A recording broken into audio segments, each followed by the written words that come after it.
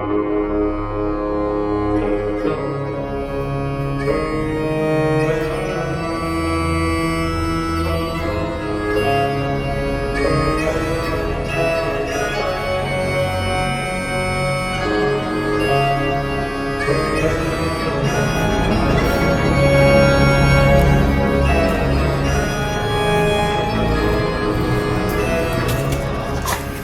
here's the ElCamino. Here's our dog. Start from the front. At the very front, I'm making a rad support. Very open because I'm gonna probably bolt in oil coolers and stuff like that. No radiator. We'll get to that in a minute. The radiator's in the back. So mind the vice grips. It's just holding the fender out a little bit. So up front, I braced up the cage a bit more because I noticed the front end felt a little shaky, a little weak, and it was actually a little crooked. So I had to chop it up and kind of redo my welds. So there's the roll cage and bolt to the front. The Corvette suspension, I've got it all hooked up now. I had to make these custom mounts out of flat bar. Made custom shock mounts. Well, everything is custom on this, but now the Corvette front suspension is completely functional. Shocks, sway bars, everything. I just need a little steering bracket in there, but it all works. I got everything for it. On the firewall, got my brake and clutch cylinders hooked up. Got a steering column ran through it. It's from a later model. Well, it's like from probably a 86 or something Monte Carlo or ElCamino, because it's got the tilt steering on it and stuff. I did some sheet metal work.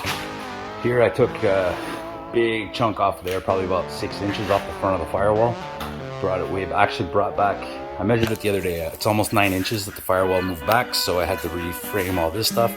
I used the bead roller to get it, try to make it look good and make it a little stronger. So here you can see it's under the fender. So moving on to the interior. The cage is all done. Like I said, I did some floors with the bead roller and bent it on the tin brake. There's the firewall. I have to make a pedal assembly that's going to fit in there.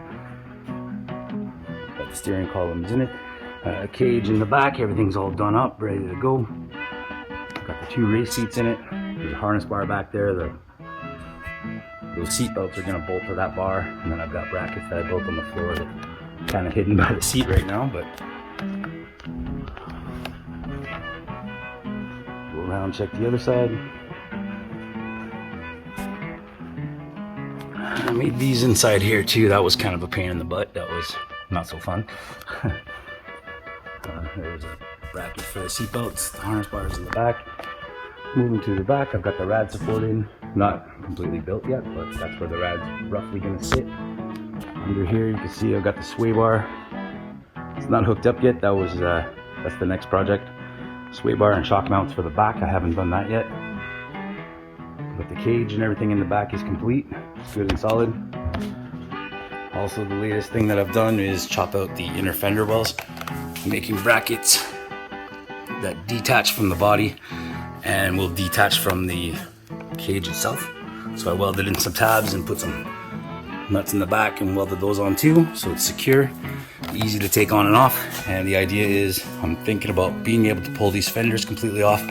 That way, if I do smack it up in the back, I could just replace it on this line, overlap it a little bit. It's a race car, so it's not the end of the world, you know. And that's about it. So I basically built everything from A to Z on this thing.